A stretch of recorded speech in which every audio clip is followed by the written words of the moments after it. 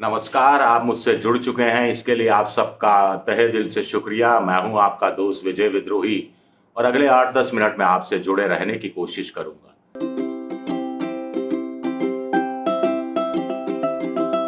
इब्तिदाए इश्क है, रोता है क्या? इब्तिदाए इश्क है, रोता है क्या? आगे आगे देखिए, होता है क्या? जो लोग समझ रहे हैं कि बीजेपी और संघ के बीच की, या यूं कहा जाए कि मोहन भागवत और प्रधानमंत्री नरेंद्र मोदी के बीच की रस्साकशी अगले 1-2 हफ्ते में संघ के एक आध नरम बयानों के बाद खत्म हो जाएगी। वो लोग ना तो संघ को समझते हैं, ना मोहन भागवत की ताकत को समझते हैं, ना उन्हें प्रधानमंत्री नरेंद्र मोदी की मारक क्षमता क्षमता का कोई अंदाजा है। ये बात इतनी आसानी से खत्म होने वाली नहीं है। कुल मिलाकर संघ क्या चाहता है? कुल मिलाकर इसकी जड़ में क्या बीजेपी के राष्ट्रीय अध्यक्ष का पद है? क्या राष्ट्रीय अध्यक्ष के पद की आड़ में संघ नरेंद्र मोदी के व्यक्तिवादी जो शख्सियत है उसको सियासी रूप से नाप देना चाहता है? ये दो बड़े सवाल। तो स्वाभाविक है ये मसला कम से कम अगले 100-150 दिन चलने वाला है और इसमें दो पड़ाव आने वाले हैं। एक, बीजेपी का राष्ट्रीय अध्यक्ष कौन होता है? संघ के खाते से जाता है या मोदी के खाते से जाता है, या संघ के नाम पर सहमति मोदी देते हैं या मोदी के प्रस्तावित नाम पर सहमति संघ देता है? इस पर बहुत कुछ निर्भर रहने वाला है। दूसरा पड़ाव आएगा, कौन सा बताऊंगा, महत्वपूर्ण पड़ाव आने वाला है, वो मैं आपको बताऊंगा। लेकिन पहले संघ प्रमुख मोहन भागवत गोरखपुर में हैं और उनका एक बयान एक अखबार में छपा है, जागरण अखबार में, जो बताता है कि उनसे पूछा गया एक उनके जो समय स्वयंसेवकों का शिविर था उसमें जेपी नड्डा के बयान के बारे में, जिसमें उन्होंने कहा था कि अब हम सक्षम, यानी बीजेपी सक्षम हो गई है और अब उसे संघ की जरूरत नहीं है। इस पर संघ प्रमुख ने कहा कि ये जेपी नड्डा का व्यक्तिगत बयान था, ये बीजेपी का बयान नहीं था, आधिकारिक बयान नहीं था। ये कहकर उन्होंने बात को टाल दिया। अब इसके कई कई मतलब निकाले जा रहे हैं। मेरा सीधा सा कहना है कि संघ प्रमुख उस समय क्या बोलते? एक स्वयंसेवक पूछ रहा है तो क्या कहते कि हाँ जेपी नड्डा सही कह रहे हैं, अब बीजेपी सक्षम हो गई है और संघ की जरूरत नहीं है। संघ एक तरह से बीजेपी की नजर में वो भाव नहीं मिल रहा क्योंकि बीजेपी सक्षम होगी। क्या ये बात स्वीकार लेते? या वो ये कहते कि नहीं नहीं, बीजेपी गलत बयानी कर रही है, संघ सक्षम है, संघ मजबूत है, संघ का बीजेपी बाल बांका नहीं कर सकती, ये कहते? स्वाभाविक है दोनों बातें वो नहीं कह सकते थे। तो उन्होंने मेरे ख्याल से टाल दिया। इसलिए इसके कुछ बहुत राजनीतिक मतलब नहीं निकाले जाने चाहिए। राजनीतिक मतलब इसलिए भी नहीं निकाले जाने चाहिए क्योंकि सब जानते हैं कि जेपी नड्डा ने जो बयान दिया था वो व्यक्तिगत बयान नहीं था, वो बीजेपी के अध्यक्ष के नाते दिया गया बयान था। ये तो वही बात हुई कि कल को संघ का कोई नेता कह दे, सरकारेवाह कह दे कि मोहन भागवत जी ने जो अहंकार को काबू में रखने की बात कही थी वो उनका व्यक्तिगत बयान था, संघ प्रमुख के नाते दिया गया बयान नहीं था। ऐसा तो कोई मानेगा नहीं। या फिर संघ प्रमुख मोहन भागवत ने बड़प्पन दिखाते हुए गेंद जेपी नड्डा के पाले में डाल दी है कि भाई साहब आप संभल जाइए, आप इस बयान को व्यक्तिगत बयान के रूप में लीजिए, इस बात की घोषणा कर दीजिए और मिट्टी डालिए सारे विवाद पर। हमें चुनौती देने की कोशिश मत कीजिए। क्या ये बात है? या फिर मोहन भागवत इस बहाने नरेंद्र मोदी तक मैसेज देना चाहते हैं कि आपके प्रदेश राष्ट्रीय अध्यक्ष जेपी नड्डा ने जो बयान दिया जिससे हमें चोट लगी, मन दुखी हुआ, लेकिन हम माफ करते हैं, हम बात खत्म करते हैं, बशर्ते आप संभल जाइए, स्वभाव बदल दीजिए, राजकाज करने का तरीका बदल दीजिए और राष्ट्रीय अध्यक्ष का पद हमें दे दीजिए। मुझे पसीना आ रहा है तो ये पसीना संघ के कार्यकर्ताओं को भी आ रहा है। स्वाभाविक तौर पर जो संघ और बीजेपी के रिश्तों पर कड़ी नजर रखते हैं उनमें से भी कुछ लोगों से मेरी बात हुई तो उनमें से भी कुछ का कहना था कि मोहन भागवत ऐसे नहीं बोलते, जो बोलते हैं सोच समझ कर बोलते हैं, और लोडेड बयान था उनका, अहंकार वाला। प्रतिपक्ष नहीं होता है, विपक्ष नहीं होता है, चुनाव चुनाव होता है, स्पर्धा होती है, स्वस्थ स्पर्धा होती है, युद्ध नहीं होता है। ये तमाम चीजें बहुत सोचे समझे अंदाज में कही गई थी।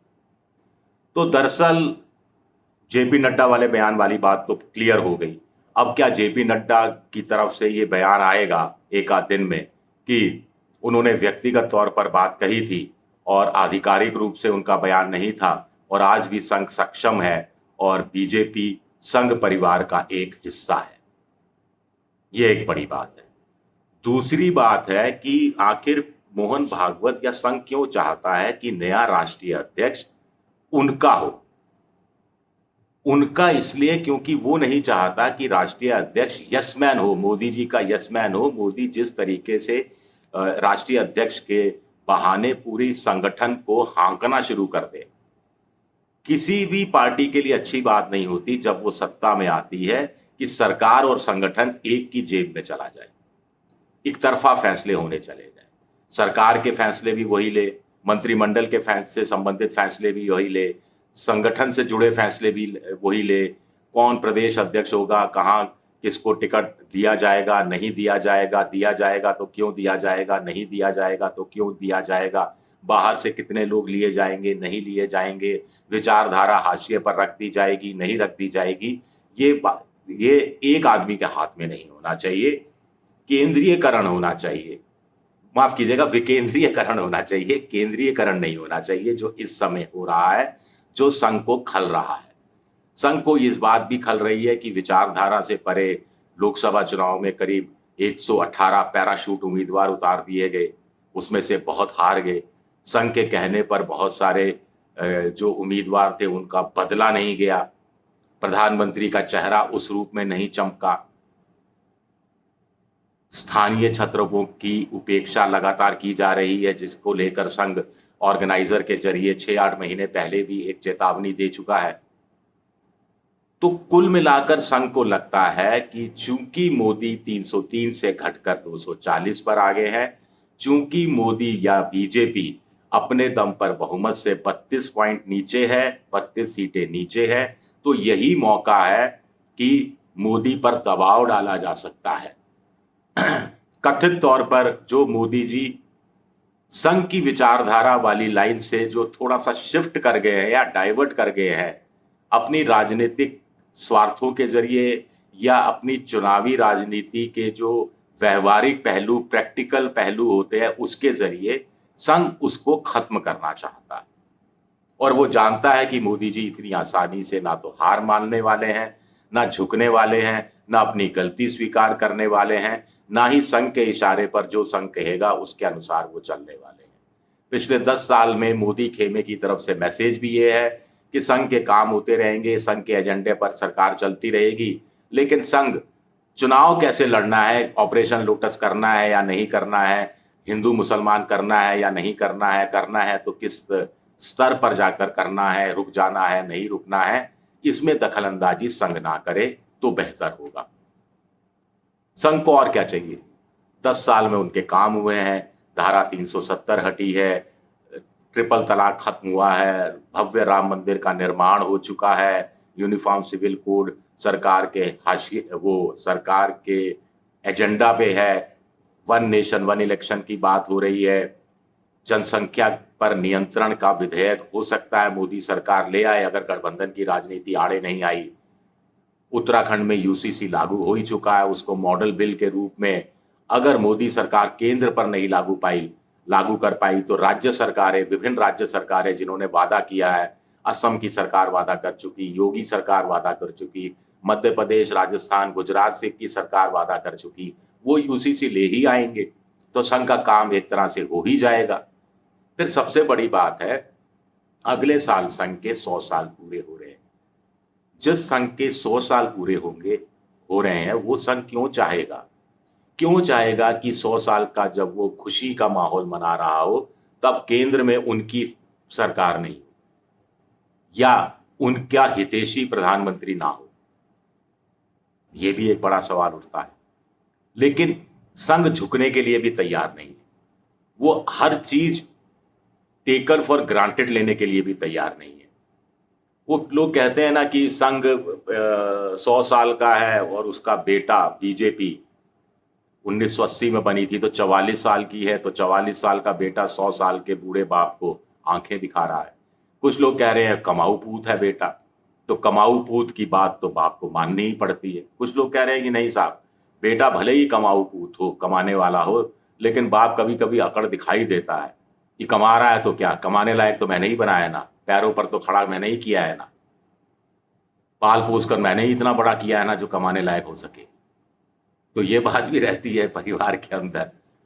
तो अब पहला पड़ाव जिसकी बात मैंने की, राष्ट्रीय अध्यक्ष कौन होगा। बहुत स्वाभाविक है कि संघ की इसमें बहुत कुछ चलेगी। गठबंधन की सरकार है, मोदी जी को गठबंधन की परेशानियों को झेलना है, शायद वो अगले 1-2 महीने इस तरफ लगाएं और फिर दूसरा सबसे बड़ा पड़ाव 3-4 महीने, 100 दिन, 150 दिन बाद आने वाला है, जब जम्मू कश्मीर, झारखंड, हरियाणा और महाराष्ट्र में विधानसभा चुनाव होंगे। जम्मू कश्मीर इसलिए कह रहा हूं कि सितंबर के अंत तक सुप्रीम कोर्ट ने ये चुनाव कराने के निर्देश दिए हैं। बाकी 3 जगह तो होने तय है। इसमें महाराष्ट्र में मोदी की जो बीजेपी है बड़ी स्टिकी विकेट पर है।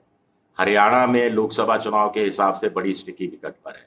आज की तारीख दोनों जगह अगर चुनाव होते हैं तो बहुत संभव है कि बीजेपी वहां सरकार रिपीट करने में कामयाब नहीं हो पाए।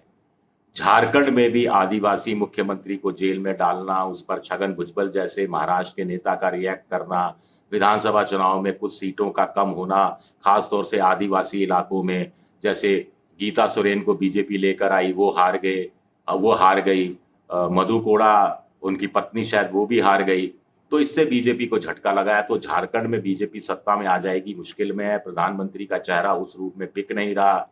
अगर बीजेपी 2-3 राज्य हार जाती है अगले विधानसभा चुनाव में तो संघ को और दबाव डालने का मौका मिल जाएगा। अब वो कह पाएगा मोदी जी से कि मोदी जी आपका चेहरा अब उस रूप में चमक नहीं रहा है, आपकी पॉपुलैरिटी कम हो रही है, एंटी इनकम्बेंसी फैक्टर काम कर रहा है, और फिर अगले साल जनवरी-फरवरी में दिल्ली में आम आदमी पार्टी फरवरी का विधानसभा चुनाव फिर जीत गई, जिसकी संभावनाएं बहुत बताई जा रही हैं इस समय। तो संघ को दबाव डालने का और मौका मिलेगा। अगले 2-3 महीने गठबंधन के साथ बीजेपी कैसे चलती है, इस बीच क्या चंद्रबाबू नायडू को चौंकाते हैं, क्या नीतीश कुमार को चौंकाते हैं, क्या बिहार का चुनाव भी जल्दी होता है और उसमें क्या स्थिति रहती है। फिर अगले साल 17 सितंबर 2025 को मोदी जी 75 साल के हो जाएंगे।